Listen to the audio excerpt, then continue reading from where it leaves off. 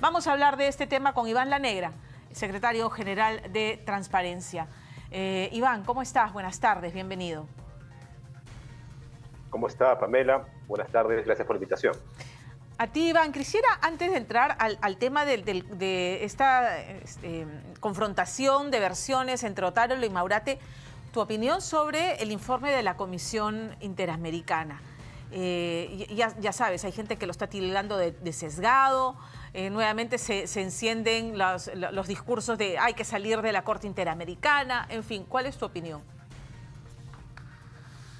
Bueno, primero que la Comisión se ha centrado, como debe ser, en las responsabilidades del Estado, porque hay que entender que la Comisión tiene como mandato vigilar el cumplimiento por parte de los Estados de la Convención Americana de Derechos Humanos y de los distintos instrumentos que derivan de él, ¿no? Esos instrumentos que establecen un conjunto de garantías que deben ofrecer los Estados para velar por los derechos humanos de su población. Eso, desde luego, no implica, por ejemplo, dejar de reconocer que los particulares también pueden ejercer actos que pueden implicar violación de derechos humanos, ¿no? De hecho, por esa razón condena la violencia que acompaña a un sector de las protestas, porque también hay que decir que ha habido muchas protestas, pero no todas han sido con violencia, sino que ha habido también mucha protesta pacífica, ¿no? De hecho, la Defensoría del Pueblo tiene cifras muy importantes donde muestra que la gran mayoría, de hecho, fueron pacíficas. Ahora, ya sobre las responsabilidades del Estado, creo que en gran medida ratifica la información fílmica, porque gran parte es fílmica, y también la información de los expertos médicos, ¿no? Que se expresan las necropsias, ¿no? Que muestran qué tipo tipo de violencia se ha originado, pero también esta información nos muestra cuál ha sido la forma de actuar de las Fuerzas Armadas y policiales en este contexto. Y entonces creo que aquí viene el punto más importante, ¿no? Que es el propio gobierno peruano, en un documento que hoy ha revelado un medio de comunicación escrito, ya le dijo a la Comisión Interamericana de Derechos Humanos que existe la posibilidad de que haya habido un uso excesivo de la irregular, fuerza. Excesivo de la fuerza. Ya lo están diciendo. Y cuando el Estado hace un uso excesivo de la fuerza que genera muertes, estamos hablando de violación de derechos humanos. Y ya dependerá, y creo que la Comisión en ese punto ha planteado que en algunos casos concretos pueden haber elementos que califica en el marco del derecho internacional de ejecuciones extrajudiciales, ¿no? Que es un término muy fuerte, pero que tiene su marco dentro del derecho internacional. En ese punto, desde luego, y creo que ahí coincide el gobierno y la Comisión, se requieren ya las investigaciones específicas, ¿no? Que tienen que llevarse a cabo con independencia para establecer las responsabilidades ya concretas, incluyendo las penales en este caso. Correcto, ok. Entonces, yo quiero ir más allá. Esa es la lectura del informe y si ya hay admisión, como se dice, de parte del gobierno, admitiendo que podrían haber habido o que hubo efectivamente, vayamos entonces a la respuesta del gobierno de Dina Boluarte, del premier Otárola y del gabinete cuando ya empezaron a hacerse públicas las primeras necropsias y antes del informe de la comisión. ¿No es cierto? La respuesta política que debió haber, más allá de las condolencias, porque lo que teníamos era una presidenta que salía a condolerse, ¿no? Muy quebrada ella en su forma de dirigirse, de comunicarse, pero sin ninguna acción concreta desde el ámbito político, que es lo que sí les correspondía. Tampoco desde el Congreso de la República como fiscalizador de las acciones políticas del Ejecutivo, ¿no? Sí, y creo que eso tiene dos dimensiones. Una primera dimensión es que normalmente un gobierno democrático, cuando una acción tiene resultados trágicos, más allá de las responsabilidades individuales, se asume una responsabilidad política. Claro. Implica normalmente la salida de los responsables políticos de las acciones. Eso no quiere decir que el responsable político sea también responsable penal, por si acaso, es una cosa diferente. Correcto. Pero sí implica reconocer que ha habido al menos un error o al menos alguna mala decisión y que eso, pues, evidentemente tiene una consecuencia política. Y de esa manera también, es muy importante, aísla a la presidenta de cualquier tipo de responsabilidad, porque la presidenta puede decir, miren, esto está mal, efectivamente es una cosa que no debió haber pasado, y por esa razón estamos removiendo a los responsables políticos, ¿no? Como corresponde, independientemente de las investigaciones que toquen este caso. Esa es una primera dimensión. Pero hay una segunda dimensión que además queda muy claro en este documento que el gobierno ha enviado a la Comisión Interamericana previamente a la publicación del informe definitivo, donde señala que el gobierno no es responsable, porque dice que el gobierno dio todas las directrices, dio todas las orientaciones adecuadas para que no hubiera ningún caso de uso excesivo de la fuerza.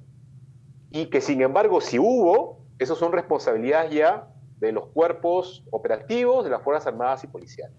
Ya.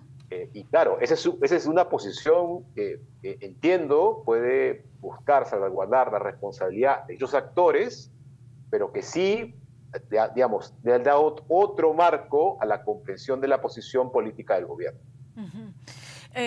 Porque, a ver, claro, ellos han insistido en que, y difícilmente va a haber un documento firmado en el que se da una directiva contraria a lo que establece la ley, ¿no es cierto? O que disparen a matar. No importa, me controlan la situación y si tienen que matar, maten, eso no va a existir. Y esto coloca al gobierno nuevamente, ¿no? Las Fuerzas Armadas son no deliberantes, las Fuerzas Armadas tienen que dedicarse a defender el país, las fronteras, las labores que establece la Constitución. Pero las Fuerzas Armadas en situaciones políticas convulsas, y ya lo hemos visto, se convierten en el fiel de la balanza. ¿Correcto? Se pusieron del lado de la Constitución y no prosperó el golpe de Estado de Pedro Castillo. Y hoy el gobierno de Dina Boluarte se sostiene precariamente en una oposición que ahora parece oficialismo y que antes era oposición furiosa, que reclamaba que Dina Boluarte se fuera, renunciara, y se sostiene también un poco en el poder de las Fuerzas Armadas. Es no querer chocar con Chocano. Sí, creo que, pero ojo que cuando uno lee esta respuesta que el propio gobierno le ha dado a la comisión, por ejemplo, en otro punto señala de que se han iniciado procedimientos de investigación interna dentro de las fuerzas policiales. Segundo, que ha habido remoción de cuadros, o sea, los cuadros que estaban en las zonas donde hubo protestas han sido removidos a otros lugares. Y si estos temas que señalo los ponen como parte de los argumentos respecto de la acción del gobierno frente a las protestas. Entonces, claro, si es que no ha habido ninguna responsabilidad, si las Fuerzas Armadas han actuado de acuerdo con el gobierno perfectamente, ¿cómo es que al mismo tiempo se remueven a cuadros, inician investigaciones y además el propio gobierno abre la puerta diciendo de que ante la posibilidad de un uso excesivo de la fuerza, pues está yendo a las investigaciones? Entonces en realidad es un discurso bastante ambiguo, ¿no? En donde por un lado pareciera que quiere cargarse toda la responsabilidad en las Fuerzas Armadas y Policiales, y por otro lado pareciera que se quisiera, ¿no?, negar cualquier posibilidad de alguna violación de derechos humanos. Y ahora tenemos esta confrontación entre las versiones de Otárola y la versión de Maurate, que Maurate, el ministro de Justicia, ha dicho sí, hubo el reconocimiento de que hubo violación de los derechos humanos, mientras que Otárola tiene un discurso completamente diferente, por lo pronto, públicamente. Entonces, esto, ¿cómo deja al gabinete y a la presidenta con un gabinete en el que no hay un discurso, coherente, ¿no?, uniforme? Bueno, es muy difícil, ¿no?, porque, para empezar, como digo, las versiones ambiguas parten incluso de la propia respuesta del Estado, a través del gobierno, a la Comisión Interamericana, porque lo que ha dicho el ministro de Justicia es muy parecido a lo que dice la respuesta ante la Comisión. Es decir, ante la posibilidad, digamos, abren o dejan abierta la posibilidad de que efectivamente haya una situación de violación de derechos humanos. Y claro, ante ello hay que hacer las investigaciones. Y eso, digamos, es lo mínimo, ¿no? Es decir, hay tal evidencia, tantos elementos, ¿no?, muy claros respecto a esta situación, que uno, pues, difícilmente puede negar todo, ¿no? Entonces, Y claro, esa posición de querer negar cualquier posibilidad de violación de derechos humanos es muy complicada porque no es coherente con los hechos tan claros que hemos todos conocido. Correcto. ¿Cuál es la salida más coherente dentro de todas estas contradicciones que estás evidenciando del Ejecutivo? ¿Cómo debe salir de esto que no es solamente un impasse? O sea, hay 60 víctimas mortales. Esto lo va a perseguir a Dina Boluarte, a Alberto Tarola, incluso cuando dejen los cargos que hoy ocupan, porque los delitos de lesa humanidad, como son calificados los que atentan contra los derechos humanos, no prescriben. Entonces, ¿qué salida coherente hay? ¿Todavía están a tiempo de recoger las recomendaciones y actuar? ¿O debieran, como dicen algunos opositores, simplemente que no hagan caso, que los desestimen, que no es vinculante y que sigamos para adelante? Bueno, eso último nos pondría al nivel de países como Nicaragua o como Venezuela, ¿no? Países que han, ante situaciones similares de informes de la comisión, decidieron pues de no hacerles caso, ¿no? Y es terrible eso, ¿no? Imagínate ponernos a ese nivel. Yo creo que no deberíamos.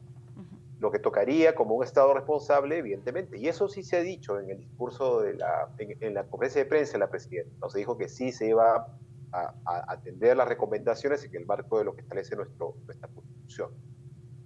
Hay que decir que nuestra Constitución también incorpora la Convención Americana de Derechos Humanos, entonces se entiende que todas esas obligaciones están pues ahí recogidas y por lo tanto deberíamos seguir lo que las recomendaciones señalan. Creo que lo primero es exhortar al Estado peruano en su conjunto, porque no solamente es el gobierno, también hay cosas que tienen que ver con el Congreso, con el Ministerio Público, con el Poder Judicial. Todos, digamos, los actores involucrados deberían hacer un esfuerzo por cumplir, seguir las recomendaciones. Y eso es bueno incluso para los casos particulares, ¿no? Porque qué mejor forma de demostrar que no tengo ningún tipo de posición contraria a los derechos humanos que defendiéndolos ante un informe de la comisión más importante de derechos humanos de América. Iván, como siempre, un gusto conversar contigo. Muchas gracias por atendernos.